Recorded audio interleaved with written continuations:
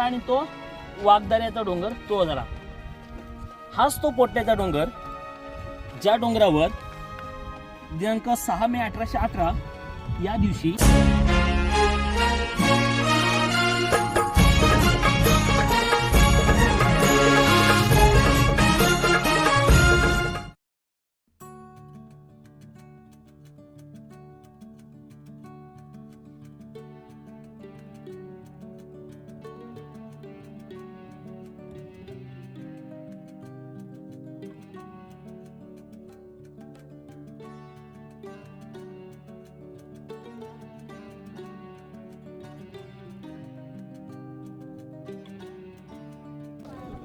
ही जागा या जागेवर 6 जून 1674 म्हणजे ज्येष्ठ शुद्ध त्रयोदशी या दिवशी शिवराय पहिल्यांदा छत्रपती म्हणून सिंहासनावर बसले. ती जागा 6 जून 1674 या दिवशी जरा पुढे येणार म्हणजे ऊन डोळ्यावर येणार नाही. आपल्या महाराष्ट्राच्या प्रत्येक घराघरामध्ये एक तस्वीर असते, एक फ्रेम असते. महाराज सिंहासनावर बसले आणि तिघेजण इंग्रज त्यांना मुजरा करण्याची राज्याभिषेकाची फ्रेम असते. बरं तो राजाभिषेक असतो, हा राज्याभिषेक नसतो, तो राजाभिषेक असतो. तर राज्याभिषेकाची जी फ्रेम असते त्या दिवशी ते सगळं हे करतात. महाराज सिंहासनावर बसतात आणि बाकीचे 3 इंग्रज येतात आणि महाराजांना मुजरा करतात अशी ती फ्रेम असते. ते 3 इंग्रज असतात. एक असतो हेनरी ऑक्झेंडन, दुसरा असतो जॉर्ज रॉबिन्सन आणि तिसरा असतो Thomas Mitchell. Henry Oxenden, George Robinson आणि थॉमस मिशेल असे हे 3 इंग्रज अधिकारी असतात. त्यांनी लिहिल्याप्रमाणे ते आतमध्ये आले सकाळी पहाटेच्या सुमारास. नगरखान्यातून आतमध्ये आल्याच्या नंतर त्यांनी बघितलं हा पूर्ण राजवाड्याचा ह्याचा परिसर आहे, दरबाराचा परिसर माणसांनी भरला होता. तो म्हणतो त्याच्या वृत्तांतामध्ये रायगडावर राहायला जागा नव्हती, इतका रायगडावर लोक आली होती. 1674 बरं का, आता नव्हे, त्यावेळी सुद्धा. आणि पूर्ण परिसर माणसांनी भरला होता. त्याच्याकडे महाराजांचे लक्ष त्याच्याकडे जात नव्हतं. त्यांनी काय केलं असेल, स्वतःजवळ असलेली हिऱ्याची अंगठी वर उचलली.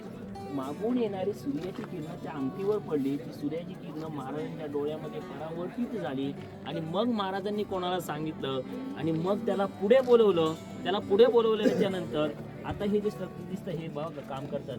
त्याचे जे जुने जे दगड आहेत ना खालचे, जे दगड खालचेच आहेत, तो आहे नजराना चौक.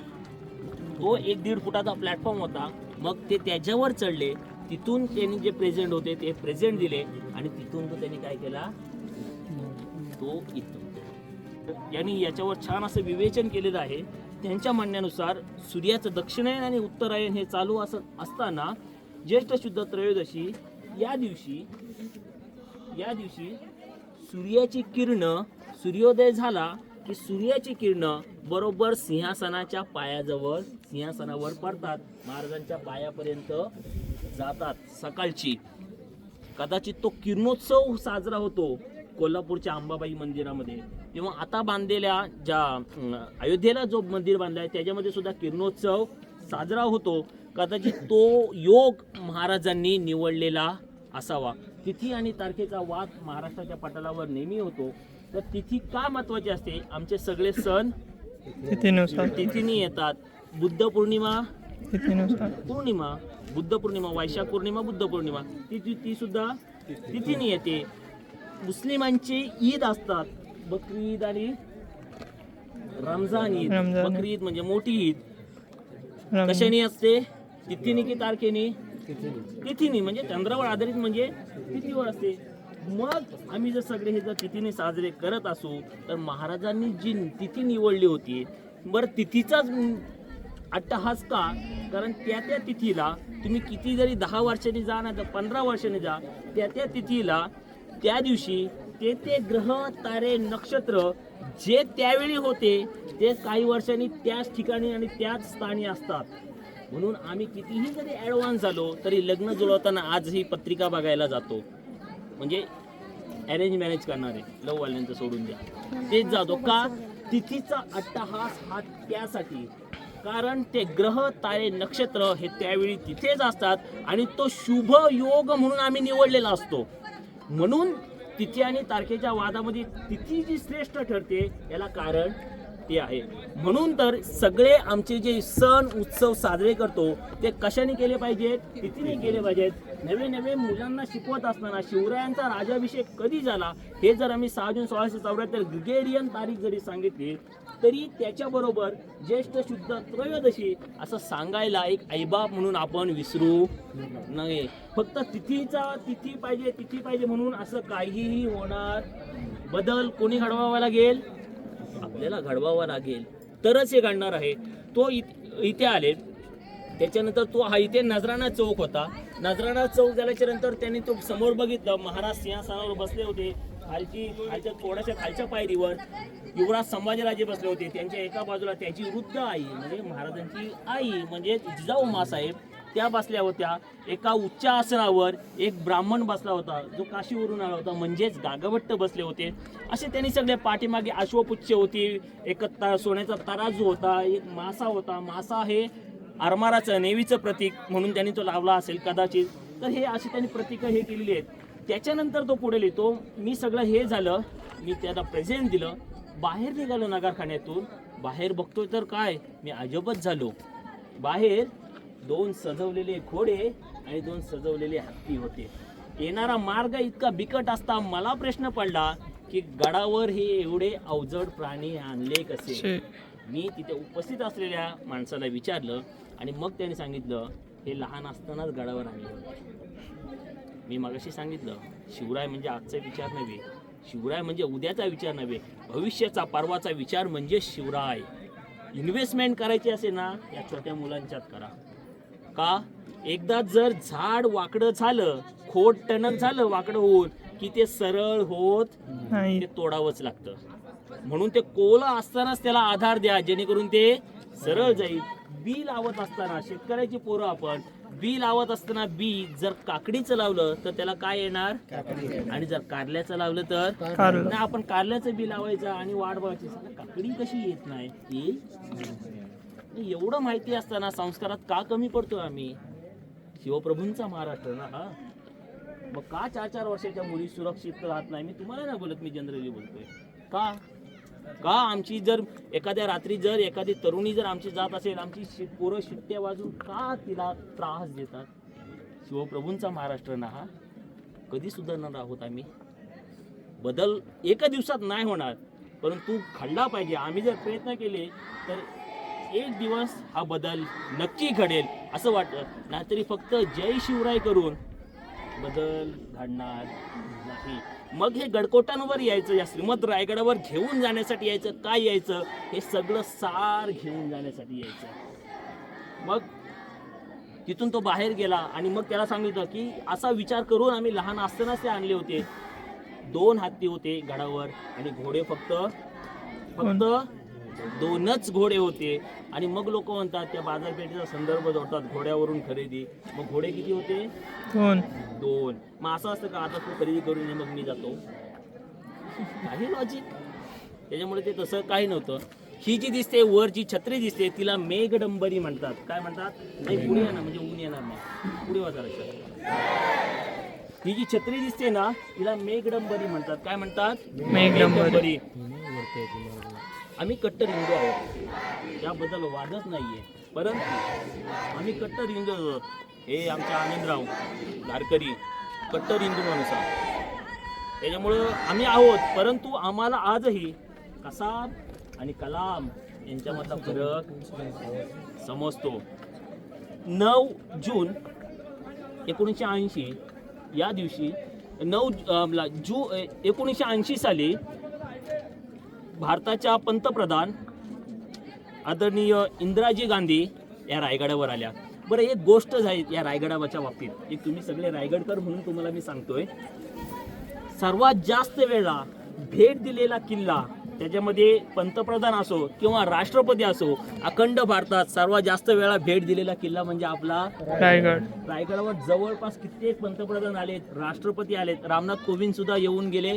त्याच्या अगोदर ग्यानी झैलसिंग हा मेघडंबरीचं उद्घाटन करायला 1985 साली आले होते. त्यामुळे ते राष्ट्रपती सुद्धा या रायगडावर आलेत. रायगडावर येण्याचा मोह कोणालाच आवरत नाही. फक्त आम्हीच म्हातारी व्हायची वाट बघतो रायगडावर जाण्यासाठी आणि म्हणतो हात दुखतोय, पाय दुखतोय, कंबर दुखतोय, मिळाल्या आल्यास कशाला? जवानीत कुठे गेलेलास? मग कधी यायचं? म्हणून मी सकाळी सांगितलं, हात तरुण तर ह्या घ्या गडकोट फिरून, याचं जाल मरून, व्हॉट्सअप, फेसबुक आणि इंस्टाग्राम करून. म्हणून हे फिरून घ्या का? आणि मग कशावर होतो? शाबास. मी होतो जूनवर 1980 होतो. ती इंदिरा गांधी आल्याच्या नंतर होळीच्या माळापासून जगदीश्वर मंदिरापर्यंत इंदिरा गांधींसोबत त्या मोटारीमध्ये प्रवास करण्याचं भाग्य आदरणीय पद्मविभूषण शिवशाहीर बाबासाहेब पुरंदरे यांना मिळालं होतं. त्याचवेळी ह्या रायगडावर काहीतरी एखादा देवारा तयार झाला पाहिजे ही संकल्पना इंदिरा गांधी पंतप्रधानांच्या कानावर बाबासाहेबांनी घातली. त्यांनी ठीक आहे म्हणल्याच्या नंतर पुढं काहीच झालं नाही. नंतर 9 जून 1980च्या दरम्यान ते ह्या मार्च एप्रिलला हे येऊन गेले आणि जूनमध्ये 9 जूनला महाराष्ट्र राज्याचे 11वे मुख्यमंत्री, काळजीपूर्वक आहे का आता, महाराष्ट्र राज्याचे 11वे मुख्यमंत्री आणि पहिले मुस्लिम मुख्यमंत्री म्हणून आमच्या या आंबेडचे बॅरिस्टर अब्दुल रहमान अंतुले साहेबांनी शपथ घेतली. पुढच्या 22 दिवसामध्ये त्यांनी मेघडंबरीची निविदा केंद्रामधून मंजूर करून आणली. कितवे मुख्यमंत्री महाराष्ट्र राज्याचे? कितवे? 11वे मुख्यमंत्री. म्हणजे याच्या अगोदर महाराष्ट्र राज्याला किती मुख्यमंत्री लाभले होते? 10. सगळे मराठा होते बरं का? सगळे नाही. कोणाला वाटलं? कोणालाच नाही वाटलं. हा मुस्लिम असून सुद्धा कट्टर शिवभक्त व्यक्ती होते. महाराजांची परदेशात असलेली तलवार आणि वाघनखं पुन्हा महाराष्ट्रामध्ये यायला पाहिजेत म्हणून स्वखर्चाने प्रयत्न करणारा एकमेव माणूस महाराष्ट्रातला म्हणजे आमचे बॅरिस्टर अब्दुल रहमान अंतुले साहेब. विस्टन चर्चिल इंग्लंडचा पंतप्रधान एका भर सभेमध्ये बोलला होता, इंडियन्स, ते इंडियन्स नाही, दे आर ब्लडी इंडियन्स म्हटला होता. यांनी बसलेली खुर्ची उचलली आणि फेकून मारली. कोणाला? विस्टन चर्चिलला. तो म्हणला, माफी माग आमच्या भारतीयांची, आमच्यावर राज्य केलात आणि वर आम्हाला ब्लडी इंडियन्स म्हणतो. कुणी म्हणतोस तू? माफी माग. तो सॉरी 3 वेळा म्हटला. ज्यांच्या माथ्यावरून, ज्यांच्या नको डिस्टर्ब करू नका, ज्यांच्या साम्राज्याच्या माथ्यावरून सूर्य ढळत नव्हता त्या देशाचा पंतप्रधान सॉरी म्हटला एका कोकणी मुसलमान माणसाला. आंबेतला इथे त्यांचं घर आहे, त्यांचा मुलगा अजून असतो या शिवकार्यामध्ये, तो असतो. असा कट्टर मुसलमान. त्यांनी ही सगळी सँक्शन करून आणल्याच्या नंतर हे कॉन्ट्रॅक्ट कोणाला द्यायचं तर हे कॉन्ट्रॅक्ट दिलं मुंबई गिरगाव इथल्या देशमुख गल्लीमध्ये राहणाऱ्या मनमोहन खानविलकर आणि बाबूराव सडवेलकर यांना हे कॉन्ट्रॅक्ट देण्यात आलं. त्यांनी जवळपास 6.5 फूट उंचीची 6 टन वजनाची ही मेघडंबरी तयार केली. मग मेघडंबरी इतक्या वजनाची जर असेल, पंचधातूची आहे, 15 लाख रुपये त्यावेळी खर्च आला होता हिला.